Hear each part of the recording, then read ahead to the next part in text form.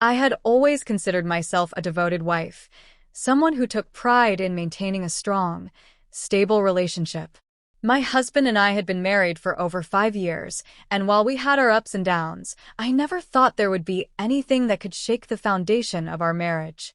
He worked long hours, often traveling for business, and I was left at home, filling my time with the routine of daily life. It wasn't that I didn't love him, it was just that I often found myself in the background, living a life that revolved around his schedule. I began to feel like I was merely existing, waiting for him to come home, only for him to leave again soon after. When he left for a week-long business trip, I wasn't sure what to feel. On one hand, it meant some time alone, time to think, to breathe. But on the other hand, the loneliness weighed heavily on me. I spent the first few days trying to keep myself busy. I went for walks, caught up on books, cleaned the house, and even tried cooking new meals. But no matter how much I tried to fill the space, I felt an undeniable emptiness. I couldn't remember the last time my husband had looked at me the way he used to. The passionate connection we had seemed to have faded into something more functional, and I couldn't help but feel neglected. It wasn't until my neighbor, Mark, came over to check on me that I even noticed how much I had been craving some form of attention. Mark was someone I had known for years. We had always been friendly, but our relationship had never been anything more than that. Neighborly pleasantries exchanged when we bumped into each other while walking the dogs or picking up the mail. He was in his late 30s, single, and had always been easygoing. His charm was subtle, and his confidence didn't feel overbearing. But that day, when he knocked on my door to offer help with some groceries I had dropped, I noticed him in a new light. "Everything okay?" Mark asked, as he bent down to help me pick up the scattered cans. His voice was calm, soothing, and there was a softness to it that made me feel instantly at ease. It wasn't an extraordinary question, but there was something in his tone that made me pause. "I'm fine," I replied with a smile, trying to brush off the feeling that I wasn't.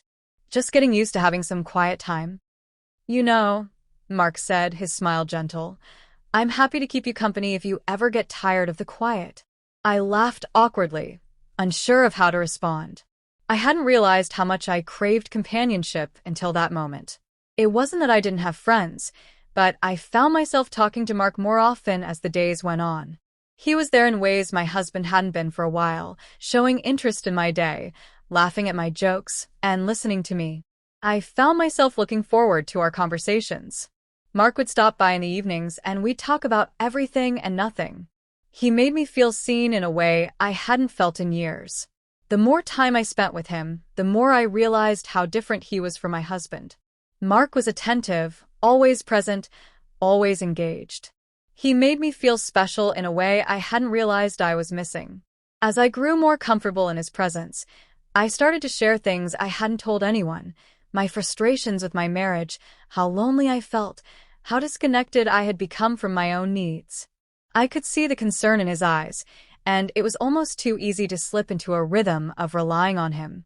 He didn't judge me or offer advice, he just listened. There were moments when I felt a spark of attraction that I tried to ignore. Mark was always respectful, never crossing any boundaries. But I found myself looking at him differently now, noticing little things I had overlooked before. The way his eyes crinkled when he laughed, how effortlessly his presence filled a room, and the kindness in his gestures.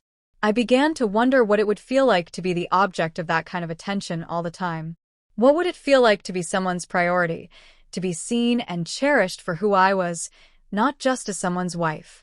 I knew my thoughts weren't entirely fair to my husband. He wasn't a bad person, and he worked hard to provide for us. But somewhere along the way, we had drifted.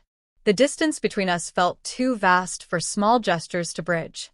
I wanted something more, and Mark had unwittingly become the mirror of what I was longing for, someone who made me feel wanted, appreciated, and noticed. The day my husband left for his trip, I felt a pang of anticipation. Not because I was happy he was leaving, but because it meant I would have more time with Mark. That feeling of longing mixed with guilt was something I couldn't ignore anymore. I wasn't sure what I was looking for, but I knew that the comfort I had found in Mark's company was beginning to mean more to me than I had realized. The loneliness that had driven me to seek his company was beginning to feel like something else entirely. It was no longer just about passing time. It was about connection, and I was beginning to question how much of that connection I truly wanted to keep in the realm of friendship. I didn't intend for things to escalate, but somehow they did. It started with simple conversations, casual, friendly exchanges that I initially brushed off. But as the days passed, Mark and I spent more time together, and I began to realize just how much I enjoyed his company. It wasn't just the loneliness of having my husband away that drew me to him. It was something deeper, something I had ignored for a long time. Mark had an ease about him that I hadn't experienced in years. His smile was effortless, his laughter genuine, and the way he listened to me, it made me feel heard in a way I hadn't felt in a long time. One evening, after my husband had been gone for a few days, I invited Mark over to watch a movie. It was supposed to be nothing more than a casual gathering, a way to pass the time. But as soon as he entered my living room, I felt the energy shift. He wasn't just the friendly neighbor anymore. He was someone I was beginning to look forward to seeing, someone whose presence seemed to fill the emptiness that had been growing inside me. We sat on the couch, a little too close for comfort, but neither of us made a move to distance ourselves. There was an unspoken tension in the air, one that I couldn't ignore. As the evening wore on, the conversation. I didn't realize the depth of my actions until the morning after. When I woke up, the weight of what had happened the previous night began to settle in. The thrill of the kiss had worn off, and reality hit me with full force. I lay in bed, staring at the ceiling, my heart heavy with guilt and confusion. I had crossed a line I never thought I would, and the consequences were already looming over me. My body still tingled from the touch of Mark's lips on mine, but my mind was spiraling with regret. What had I done? The truth was undeniable. I had allowed myself to get too close to someone who wasn't my husband. But it wasn't just the physical act that troubled me. It was the emotional connection I had forged with Mark. I had opened up to him in ways I hadn't even realized. I had shared my frustrations, my loneliness, my deepest fears. And he had listened. He had been there for me in a way my husband hadn't been for months. The emotional connection felt just as dangerous as the physical one, if not more. I had let myself become attached to him, and now I was afraid of what that attachment might mean. I tried to push the thoughts away, telling myself it was a mistake, something I could chalk up to the loneliness I had been feeling. But deep down, I knew it wasn't that simple. I wasn't some victim of circumstance who had accidentally fallen into Mark's arms. No, I had actively sought out his attention, his company. I had welcomed it. I had let myself fall into a dangerous emotional affair, and now I had to face the reality of that. I thought about my husband, who was still away on his business trip. He had no idea what had happened, what I had done. The guilt I felt was suffocating, and I couldn't shake the thought of how this would change everything. How would I look him in the eye when he came home? How would I explain the distance that had grown between us? I had already felt the void in our marriage before Mark entered the picture, but now it felt like the gap had only widened.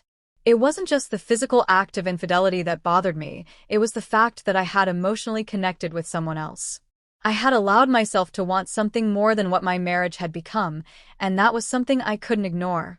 I tried to focus on the present, but it was impossible to ignore the storm brewing inside me. My mind raced with questions. Was this the end of my marriage? Would I ever be able to look at my husband the same way again? And what about Mark? Where did we go from here? Was this a one-time mistake, or was it the beginning of something much more complicated? Mark had texted me that morning a simple message. "Are you okay? I'm here if you want to talk." His concern made my heart ache. I knew he cared, but I wasn't sure I could trust myself to navigate this. The feelings I had for him were real, but so was the love I had for my husband, even if it had been buried under the weight of time and neglect.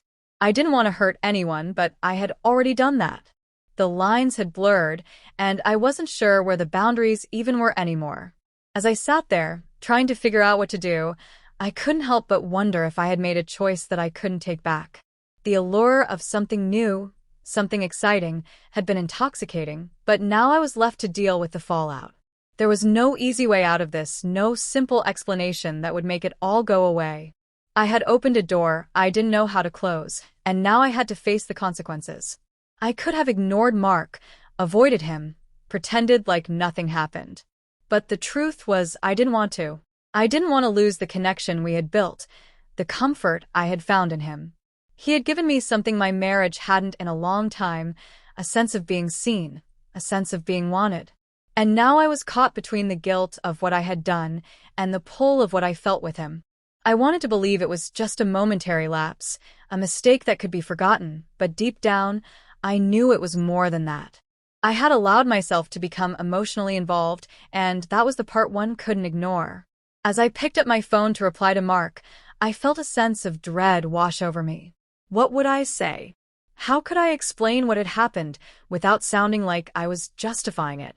I wasn't sure what I was hoping for, his forgiveness, his understanding, or maybe just some way to make sense of the mess I had created.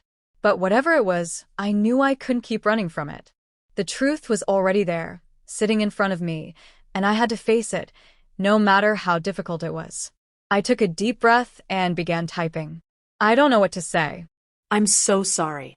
I never meant for any of this to happen. My fingers hovered over the keys for a moment longer, and then I hit send.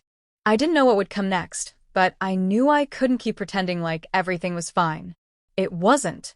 And I had to figure out how to move forward, no matter how complicated or painful it might be. The storm inside me wasn't going to disappear on its own, and I had to find a way to navigate it.